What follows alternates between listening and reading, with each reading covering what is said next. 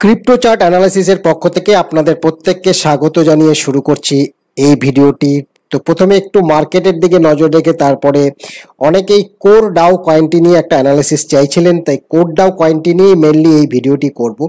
But মার্কেটে এই মুহূর্তে একটু আমরা মোমেন্টাম দেখতে পাচ্ছি, ভলিউমও এসছে, আজকে ক্যাশ ইনফ্লো যথেষ্ট ভালো রয়েছে, 3.83 ট্রিলিয়নে মার্কেট ক্যাপ আবার কিন্তু রেইজ করেছে। বিটকয়েনের পারফরমেন্স ভালো, এই মুহূর্তে 1,16,000-এর উপরে। ইথেরিয়াম আবার কিন্তু প্রায় 3,900-র কাছাকাছি প্রাইসকে রিটেস্ট করছে। তো দেখতে হবে এটা সাকসেসফুলি এবার ব্রেকআউট করতে পারছে কিনা। যদি ব্রেকআউট না করতে পারে, রিজেকশন হয়, তাহলে কিন্তু প্রাইজে আমরা আরও একটা ফার্দার ডিপস কিন্তু দেখতে পারবো। সো এখানে নজর রাখুন। অ্যান্ড এক্সআরপি কিন্তু খুব ভালো বুলিশ মোমেন্টামে রয়েছে। এক্সআরপির যা নিউজ রয়েছে, মোটামুটি যদি অলস কয়েনের ভালো পারফরমেন্স টিকে থাকে আগামী 1-2 সপ্তাহ, তাহলে এক্সআরপির মধ্যে কিন্তু বড় ধরনের র্যালি 50% to 70%-এর কিন্তু একটা র্যালি আসার সম্ভাবনা থাকবে। এছাড়া অলস কয়েনের মধ্যে সেরকম এখনো বিশাল কিছু মোমেন্টাম আসেনি, বাট যদিও 4-5-6%, 7% লাস্ট 24 আওয়ার্সে গেইন করেছে অনেক কয়েন, বাট সেটা ধরে রাখতে পারছে কিনা বা কন্টিনিউশন থাকছে কিনা এই ট্রেন্ডের, সেটা একটা ইম্পর্ট্যান্ট বিষয়। যদি কন্টিনিউশন থাকে তবেই কিন্তু একটা অলস কয়েনের সেশনের দিকে মুভ করতে পারবে। আদারওয়াইজ আবার 10% বাড়বে, আবার 12%, 13% ডাম্পে চলে আসলে কিন্তু যেখানের ব্যাপার, যেটা আমরা এতদিন ধরে দেখছি মার্কেটে, তাহলে মার্কেট সেই ট্রেন্ডেই থাকবে। তো চলুন এবার আপনাদের সাথে কোর ডাও যে কয়েনটি রয়েছে সেটা নিয়ে কিছু ফান্ডামেন্টাল ইনফরমেশন আপনাদেরকে দেব। বাট মনে রাখবেন, আমরা কিন্তু ফাইন্যান্সিয়াল অ্যাডভাইজার নয়। আমাদের অ্যানালিসিসের উপর ভিত্তি করে কখনোই কোনো কয়েন বাই বা সেল করার সিদ্ধান্ত নেবেন না। আমরা কিন্তু শুধু based on the information and data analysis and review করি, যাতে করে আপনারাও সেই ইনফরমেশন বা নিউজগুলো নিয়ে রিসার্চ করতে পারেন। Because we are not any kind of financial advisor, সেটা কিন্তু অবশ্যই প্রত্যেকে মাথায় রাখবেন। তো যে কোনো কয়েন সিলেক্ট করার আগে সবসময় যেটা ইম্পর্ট্যান্ট থাকে, আমরা বলি ফান্ডামেন্টাল অ্যানালিসিসের দিক থেকে, যে কয়েনটার কোনো ইউটিলিটি আছে কিনা বা ডিমান্ড রয়েছে কিনা ব্লকচেন ইন্ডাস্ট্রিতে স্পেশালি, সেই বিষয়গুলো খুব ইম্পর্ট্যান্ট হয়ে দাঁড়ায়। তো কোর ডাও যেটা রয়েছে, কোর প্ল্যাটফর্ম, এটা কিন্তু একটা লেয়ার 1 ব্লকচেন, মাথায় রাখবেন, আর যেটা কিন্তু compatible with the Ethereum virtual machine, যেটাকে ইভিএম বলা হয়, ইভিএম টেকনোলজি। সেই কারণে কি হচ্ছে, এই প্রজেক্টের এই যে প্ল্যাটফর্মটা আছে, এখানে ইথেরিয়াম যে স্মার্ট কন্ট্যাক্টগুলো রয়েছে সেগুলো এখানে এই প্ল্যাটফর্মে রান হতে পারে, is capable of running Ethereum smart contact. তার সাথে ওয়েব3-র যে ডিসেন্ট্রালাইজ অ্যাপ্লিকেশনগুলো রয়েছে সেটাও কিন্তু এই ব্লক চেনে রান করতে পারে। তো ডেফিনেটলি ডিসেন্ট্রালাইজ অ্যাপ্লিকেশনের চাহিদা বাড়ছে। সেই ক্ষেত্রে এই লেয়ার 1 যে প্রজেক্টটি রয়েছে, যে প্ল্যাটফর্মটি রয়েছে, তো সেখানে যে কোনো ডেভেলপার তাদের ডিসেন্ট্রালাইজ অ্যাপ্লিকেশন বা তাদের স্মার্ট কন্ট্যাক্ট কিন্তু এখানে রান করতে পারবে। বাট তার সাথে অ্যাডিশনাল ফিচার যেটা রয়েছে, যেটা কোর ডাওকে একটু ইউনিক করে তোলে, সেটা হচ্ছে এর যে নেটওয়ার্ক, সেই নেটওয়ার্কটা কিন্তু সাতোশি প্লাস কনসেনসাস মেকানিজমের দ্বারা পাওয়ার্ড। তা সেই কারণে কি হচ্ছে, যে বিটকয়েনের যে মাইনিং হ্যাশ, সেই মাইনিং হ্যাশের দ্বারাও কিন্তু এই যে নেটওয়ার্কটা, এই নেটওয়ার্কটা সিকিউর হয়। এবং তার সাথে এদের যে delegated proof of stack system আছে, স্টেকিং সিস্টেম আছে, তার দ্বারাও কিন্তু নেটওয়ার্কটি সিকিউর হয়।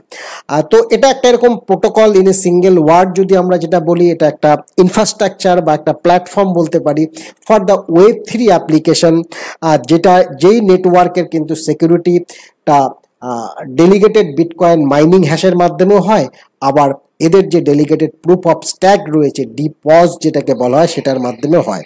সুতরাং নেটওয়ার্কের সিকিউরিটির ক্ষেত্রে আমি বলবো ইজ এ যথেষ্ট স্ট্রং রয়েছে। অ্যান্ড এই যে নেটওয়ার্ক, এই নেটওয়ার্কের আপগ্রেড বা ডেভেলপমেন্ট, তাদের এটাকে একটা ডাও বলা হয়, মানে ডিসেন্ট্রালাইজ অটোনোমাস অর্গানাইজেশন। সুতরাং এদের যে গভর্নেন্স কমিটি রয়েছে, তো তো এই নেটওয়ার্কটা আগামী দিনে কি ডেভেলপমেন্টের কাজ করবে, কি তার দিক নির্দেশ হবে, ডাইরেকশন, এগুলো সমস্ত কিন্তু ভোটিং এর মাধ্যমে যারা স্ট্যাগিং এ পার্টিসিপেট করে তো তারা সেখানে ভোটিং করে সেই ডাওয়ের মাধ্যমে কিন্তু এই নেটওয়ার্কটা আগামী দিনে ডেভেলপমেন্ট হবে। সুতরাং এটা একটা ডিসেন্ট্রালাইজ ফিচার্স আমি বলবো, যেটাও এই প্রজেক্টের মধ্যে কিন্তু রয়েছে। তো সেই দিক থেকে আমি বলবো প্রজেক্টের যদি ইউটিলিটি দিক দিকে তাকাই তো ফান্ডামেন্টালি ডেফিনেটলি চাহিদা রয়েছে। লেয়ার 1 প্রজেক্ট, অ্যান্ড এই মুহূর্তে এই সময়ে কিন্তু লেয়ার 1 কজনের যে প্রজেক্টগুলো রয়েছে সেগুলো ট্রেন্ডিং এ রয়েছে। তো সেদিক থেকে কোর কয়েনটির কিন্তু প্রাইজে একটা মোমেন্টাম আসার আগামী 2-3 সপ্তাহের মধ্যে কিন্তু পসিবিলিটি রয়েছে। নেক্সট অন্যান্য যে বিষয়গুলো এখানে হাইলাইট করার বিষয় রয়েছে সেটা হচ্ছে ফার্স্ট হচ্ছে মার্কেট ক্যাপ। মার্কেট ক্যাপ আমরা দেখেছি এই প্রজেক্ট যখন লঞ্চ হয়েছিল প্রায় 2.5 বিলিয়ন মার্কেট ক্যাপ কিন্তু তৈরি করেছিল। এখান থেকে লঞ্চ হওয়ার পরে প্রজেক্ট ক্র্যাশ করেছে, বিশাল বড় ডিপস এসছে, তারপরে আবার কিন্তু পারফরমেন্স আমরা দেখেছি যেখানে প্রায় 2.5 বিলিয়ন মার্কেট ক্যাপ ছিল, যদিও সেই সময় number of coin circulated in the market সেটা কম ছিল। তো সেই কারণে আমরা একটা $4 মতন কিন্তু প্রাইস, $4 উপরে প্রাইসকে হিট করতে দেখেছি। So total number of supply 2.09 billion, যথেষ্ট বড় পরিমাণ সাপ্লাই রয়েছে। সার্কুলেটেড এই মুহূর্তে 1 বিলিয়ন কয়েন, বা 2.09 বিলিয়নের বেশি কয়েন কিন্তু কখনোই মার্কেটে থাকবে না। এবং এই মুহূর্তে সবচেয়ে যেটা ইমপ্রেসিভ ব্যাপার সেটা কিন্তু মার্কেট ক্যাপ। তো 2.5 বিলিয়নের পরেও এখন যা মার্কেটের পরিস্থিতি, সেই সিচুয়েশনেও 500+ মিলিয়ন মার্কেট ক্যাপ কিন্তু রয়েছে। এবং ভলিউমের ক্ষেত্রেও আমি বলবো যথেষ্ট 11% এই মুহূর্তে ভলিউম ইনক্রিজ হয়েছে। সুতরাং এফডিপি ভ্যালুও যথেষ্ট ভালো রয়েছে, 1 বিলিয়নের কাছাকাছি। তো প্রজেক্ট যদি ফান্ডামেন্টালি দেখি, স্ট্যাটিস্টিক্যালি দেখি, এখানে কিন্তু আমাদের কাছে স্ট্রংই লাগছে, স্ট্রং রয়েছে।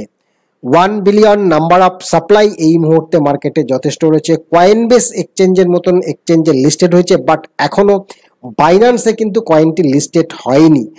সুতরাং বাইন্যান্সে যদি লিস্টেড হয় আগামী 2-3 মাস বা 4 মাস ডিউরিং দ্য বুল সাইকেল, তো ডেফিনেটলি আরো বেশি মাইলেজ, আরো বেশি পারফরমেন্স কিন্তু এক্সপেকটেশন থাকবে এই প্রজেক্টের উপরে।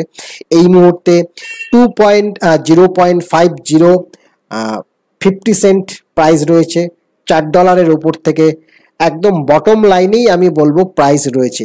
তো অল টাইম লো যদি বলি, অল টাইম লো যেটা ছিল সেটা কিন্তু 35 সেন্টের কাছাকাছি। তো এই মুহূর্তে 50 সেন্ট, তো অলমোস্ট বটম থেকে জাস্ট কিছু পার্সেন্টেজ উপরে রয়েছে।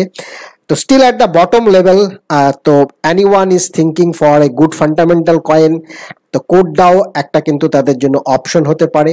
All time high more than $5, এখানে $6 দেখাচ্ছে, $6 ছিল। তো নাও দ্য ইম্পর্টেন্ট বিষয় হচ্ছে যে এই প্রজেক্টটাকে আবার সেই ধরনের মার্কেট ক্যাপ গেইন করতে পারবে, এবং সে $2.5 বা 3 বিলিয়ন মার্কেট ক্যাপ যদি হয়, সেই ক্ষেত্রে মোটামুটি কত ভ্যালু আসতে পারে এই কয়েনের। আমি কিন্তু আবার বলছি, এগুলো কিন্তু অ্যানালিসিস, সবসময় মাথায় রাখবেন। একটা প্রজেকশন, একটা ওভারভিউ, যদি সেটা মার্কেট ক্যাপ বিল্ড আপ হয় তাহলে কি ভ্যালুয়েশন আসতে পারে পার টোকেনের ক্ষেত্রে। সো এগুলো কোনটাই কিন্তু আমাদের ফাইন্যান্সিয়াল অ্যাডভাইস নয়। সো অ্যাজ এ অ্যানালিসিস কিন্তু আপনারা এই কন্টেন্টসগুলোকে নেবেন।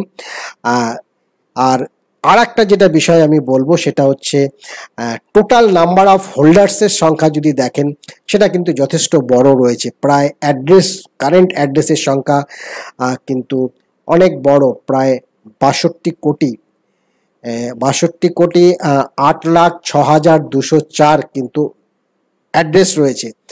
তার মধ্যে টপ 10 বা টপ 5 অ্যাড্রেসের দিকে যদি তাকান, প্রথম যে অ্যাড্রেসটা দেখছেন যেখানে 36%-এর বেশি কয়েন রয়েছে, সেটা ডেফিনেটলি আমার মনে হয় একটা বার্নিং নাল একটা অ্যাড্রেস। এখানে হয়তো বার্ন করা হয়েছে কয়েন, তো সেই 36% আই থিঙ্ক কয়েন এখানে বার্ন করা হয়েছে, এটা দেখে মনে হচ্ছে একটা বার্ন অ্যাড্রেস। অ্যান্ড বাকি যদি সেকেন্ড থেকে দেখেন, সেকেন্ডে 16%, থার্ড ওয়ানে 11%, ফোর্থে 10%, তারপরে নমিনাল 3%, 2%, 1% এরকম করে রয়েছে।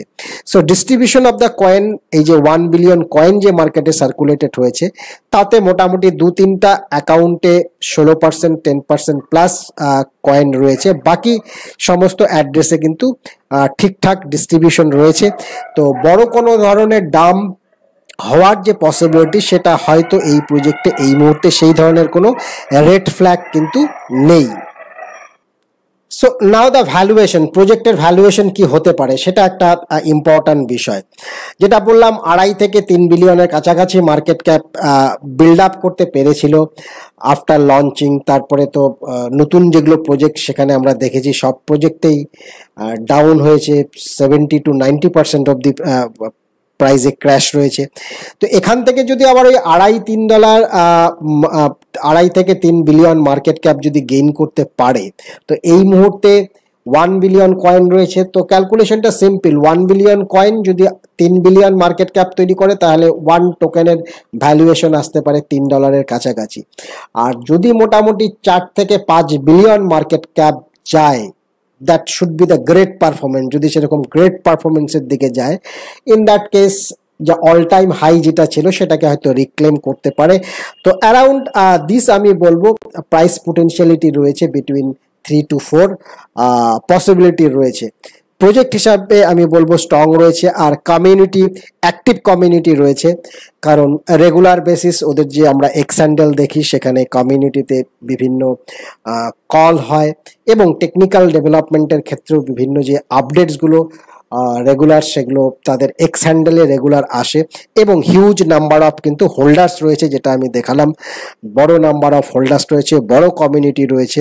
তো ডেফিনেটলি একটা ক্রিপ্টো কয়েন বা প্রজেক্টসের পারফরমেন্স অনেকটাই ডিপেন্ড করে হচ্ছে কমিউনিটি কতটা বড়, কমিউনিটি খুব স্ট্রং, সেই ব্যাকড কিন্তু কোডটাও প্রজেক্টে রয়েছে। তো in that case I think প্রজেক্টটা আবার রিকভারি করে ভালো জায়গায় যেতে পারে। সো ভিডিওটি ভালো লাগলে সবাই লাইক করবেন। আর এই ধরনের অ্যানালিসিস, ফান্ডামেন্টাল রিভিউ যদি জানতে চান, অবশ্যই কমেন্টসের মাধ্যমে আপনারা জানাবেন। চ্যানেলকে সাবস্ক্রাইব না করলে সাবস্ক্রাইব করে বেল বাটন প্রেস করে রাখবেন, যাতে করে আপনি এই ধরনের আপডেটগুলো যখন আমরা দেব, সাথে সাথে আপনি দেখার সুযোগ নিতে পারেন।